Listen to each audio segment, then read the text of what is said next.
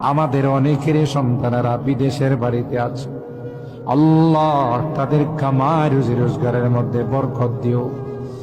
ও রব্বে করিম, আল্লাহ তাদের অসুবিধাগুলোকে তুমি দূর করে দিও।